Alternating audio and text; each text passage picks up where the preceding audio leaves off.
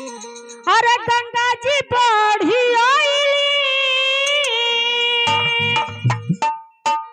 हर के कराही रोवाले जमुनवा हो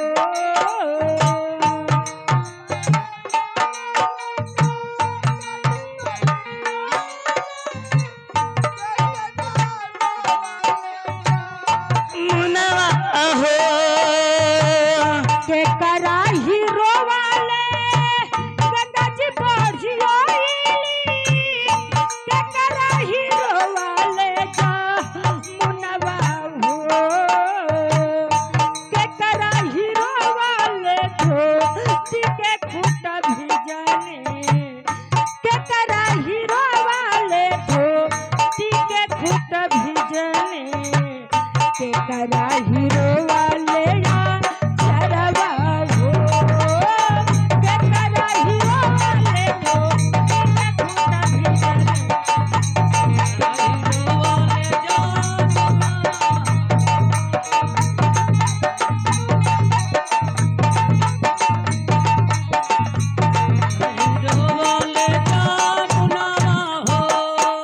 डॉक्टर साहिबा यही हैं? डॉक्टर साहिबा है ना बाबूजी हमने जा तू जानी बानी जा रोवाले गंगा जी बढ़ी आईली के कराही रोवाले जमुनवा हो के कराही रोवाले धोती के खूंट भिजने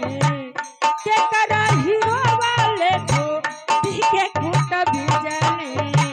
के कराही रोवाले चरवा हो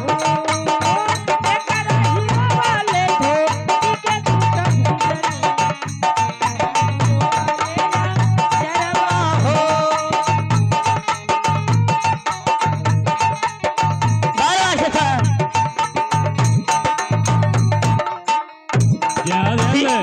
तीसरा नंबर पे भैया बाने अब बताई है 50 रुपये ले धोती के खूंट भिजले के कराही रोवाले चरवा हो के कराही रोवाले धोती के खूंट भिजले के कराही रोवाले चरवा क्या बात है